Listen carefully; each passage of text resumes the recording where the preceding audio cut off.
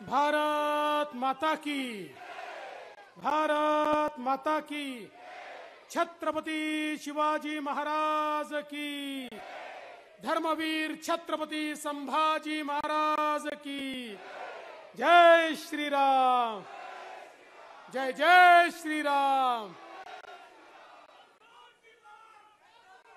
हिंदवी स्वराज्याचे सरसंस्थापक छत्रपती शिवरायांना मानाचा मुजरा करतो।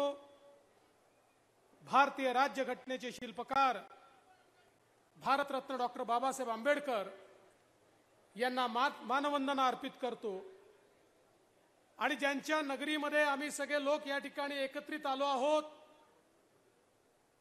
आणि राजकारणामध्ये प्रत्येकाला ज्यांचा मंत्र समजला पाहिजे आणि सबुरीचा, असे साईबाबांच्या चरणी या ठिकाणी नतमस्तक होतो। बंधू भगिनींनो, आज शिर्डी मतदारसंघाचे शिवसेना आणि महायुतीचे लोकप्रिय उमेदवार सदाभाऊ लोखंडे यांचा अर्ज भरण्याकरता आपल्यामध्ये उपस्थित झालेले महाराष्ट्राचे लाडके, लोकप्रिय आणि धडाडीचे मुख्यमंत्री माननीय एकनाथराव शिंदेजी, आपले नगर जिल्ह्याचे लोकप्रिय पालकमंत्री कृष्ण विखे पाटीलजी, ज्येष्ठ नेते रामदासभाई कदम, नीलमताई गोरे, दादाजी भुसे, दीपक केसरकरजी, प्रवीण दरेकरजी, मधुकरराव पिसडजी, बबनराव घोलपजी, आमदार किरण लामटेजी, आशुतोष काळेजी, माजी आमदार मुरकुटेजी, वैभव पिचडजी, या ठिकाणी उपस्थित गणपतराव महाले, त्याचप्रमाणे कैलास बापू कोटे, विठ्ठलराव लंघे, नितीन उताडे, डॉक्टर पिपाळा, अविनाशजी आदिक, दीपकजी पठारे, आमचे माजी मंत्री अण्णासाहेब म्हस्के पाटीलजी, भाऊसाहेब कांबळेजी, कपिल पवारजी, मंचावरील सर्व मान्यवर, कोणाचं नाव सुटलं असेल तर यादी बनवणाऱ्याची चूक आहे, माझी चूक नाही आहे। त्यामुळे मंचावरील सर्व मान्यवर आणि उपस्थित सर्व माझ्या माता भगिनी आणि बंधूंनो, एकदा जोरदार नारा देऊ, जय श्रीराम, जय श्रीराम। प्रभू श्रीरामांवर कोणाकोणाची श्रद्धा आहे हात वर करा। मग प्रभू श्रीरामांच्या हाती काय आहे? काय आहे? काय आहे? आणि लोखंडेंच्या हाती काय आहे? लोखंडेंच्या हाती काय आहे? आणि आता या मतदारसंघामध्ये मोदीजींच्या हाती काय आहे? काय आहे? मग लोखंडेंना मत दिलं म्हणजे ते कोणाला मिळतं? कोणाला मिळतं? कोण प्रधानमंत्री करायचं? कोण विकास करू शकतं? कोण देशाला पुढे नेऊ शकतं? कोणाला 400 पार न्यायचं आहे? मोदीजींना न्यायचं आहे। मग या ठिकाणी महिलांचं जास्त समर्थन मोदीजींना आहे।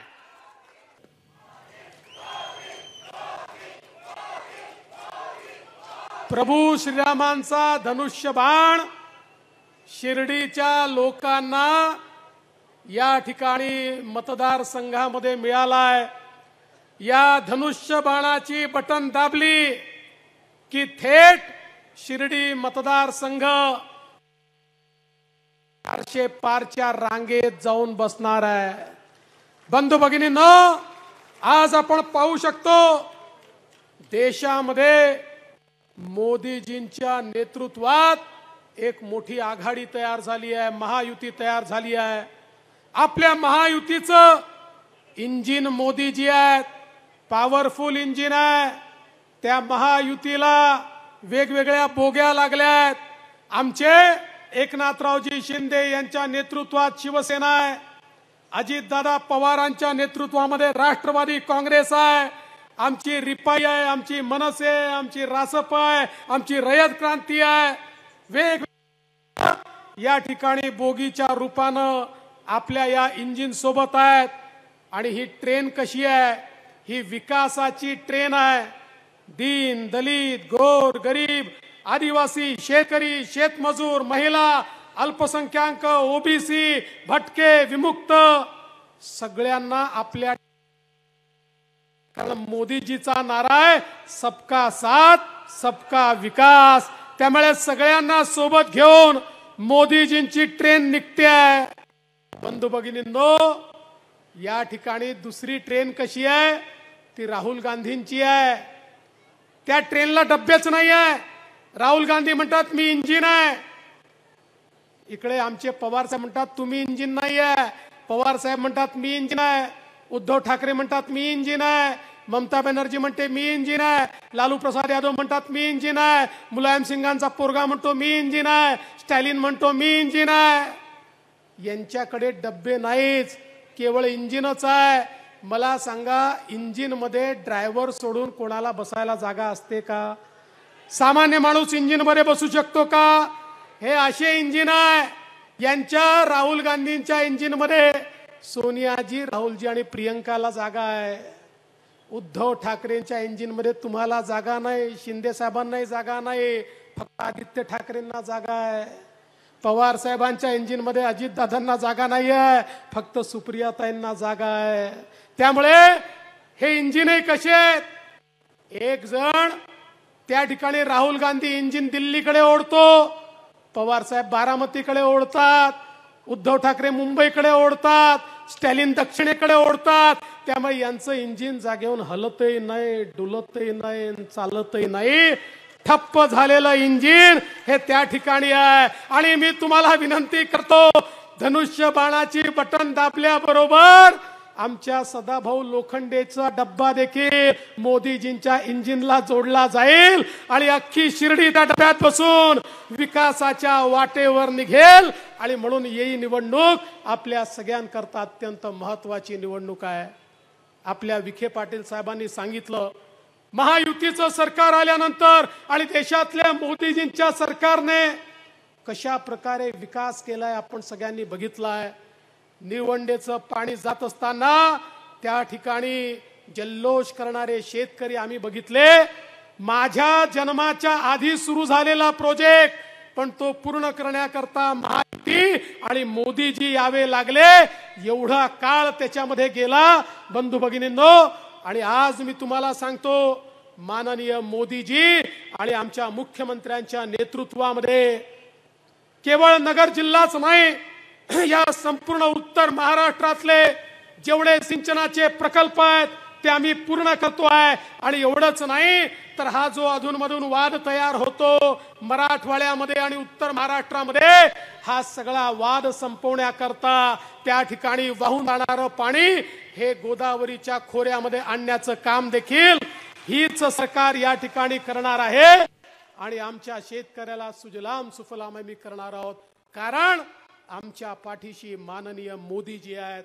आज मोदीजींनी आपण बघितलं, गेल्या 10 वर्षामध्ये 20 कोटी लोक जे झोपडीमध्ये राहायचे त्यांना पक्क घर दिलं. गेल्या 10 वर्षामध्ये 55 कोटी लोक ज्यांच्या घरी शौचालय नव्हतं त्यांना शौचालय दिलं. 50 कोटी लोक ज्या घरच्या माय माऊली चुलीवर स्वयंपाक करायच्या त्यांना गॅस सिलेंडर दिलं. 60 कोटी लोक जिथे माय माऊली हंडा घेऊन नदीवर जायच्या, विहिरीवर जायच्या, तरी शुद्ध पिण्याचं पाणी दिलं. 55 कोटी लोक यांना 5 लाखापर्यंतचा इलाज मोफत दिला. 50 कोटीच्या वर आमच्या तरुणाईला ठिकाणी मुद्राचं लोन दिलं. 10 लाखापर्यंतचं लोन, कुठलंही तारण नाही, त्याला कुठलाही गॅरंटर नाही. आणि याच्यामध्ये 31 कोटी आमच्या माय माऊली भगिनी आहेत की ज्यांना पायावर उभं करण्याचं काम हे माननीय मोदीजींनी केलं. कारण मोदीजी म्हणतात, एक पुरुष पायावर उभा राहतो तर पुरुषच पायावर उभा राहतो, पण एक महिला पायावर उभी राहते तर संपूर्ण परिवार पायावर उभा राहतो. आणि म्हणून 80 लाख बचत गटाच्या माध्यमातून 8 लाख कोटी रुपये या ठिकाणी मोदीजींनी महिलांच्या अधिकारितेकरता दिले.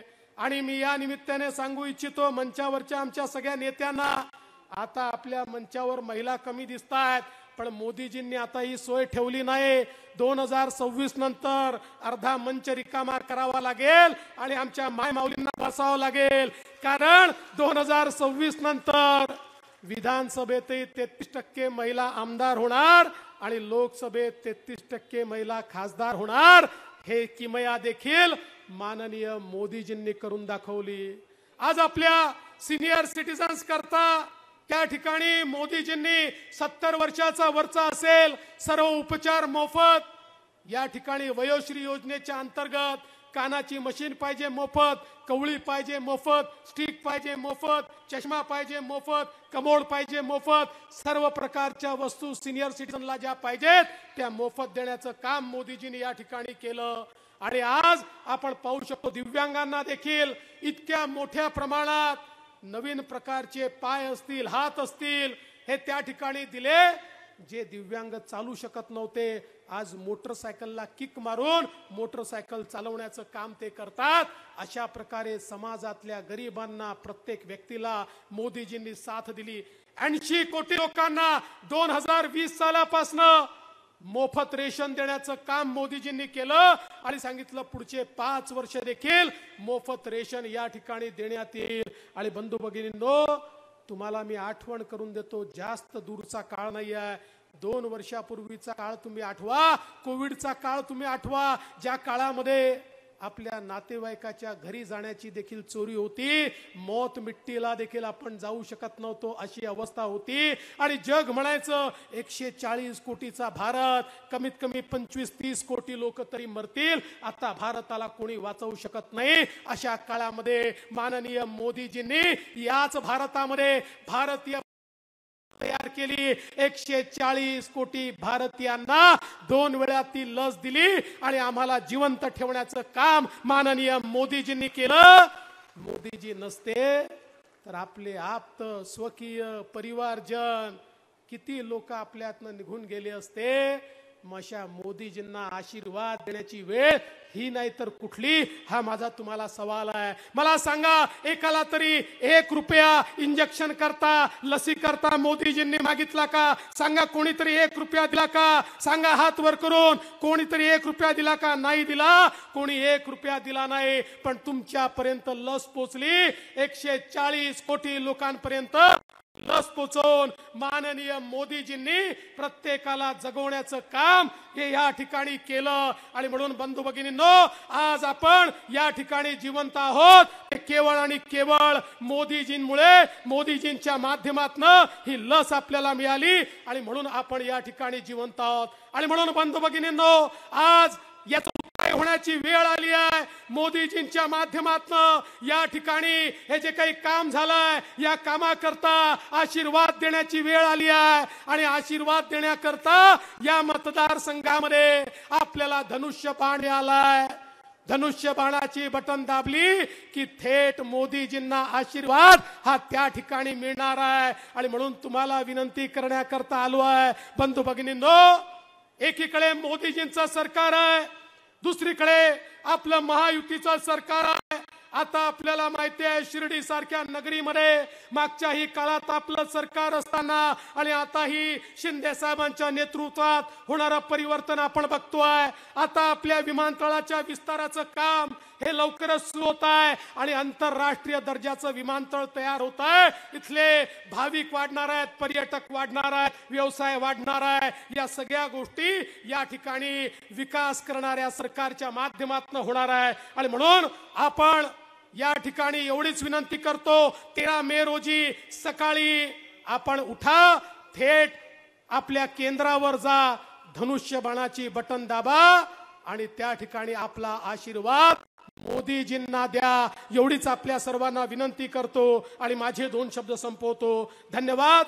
जय हिंद, जय महाराष्ट्र. एबीपी माझा, उघडा डोळे बघा नीट.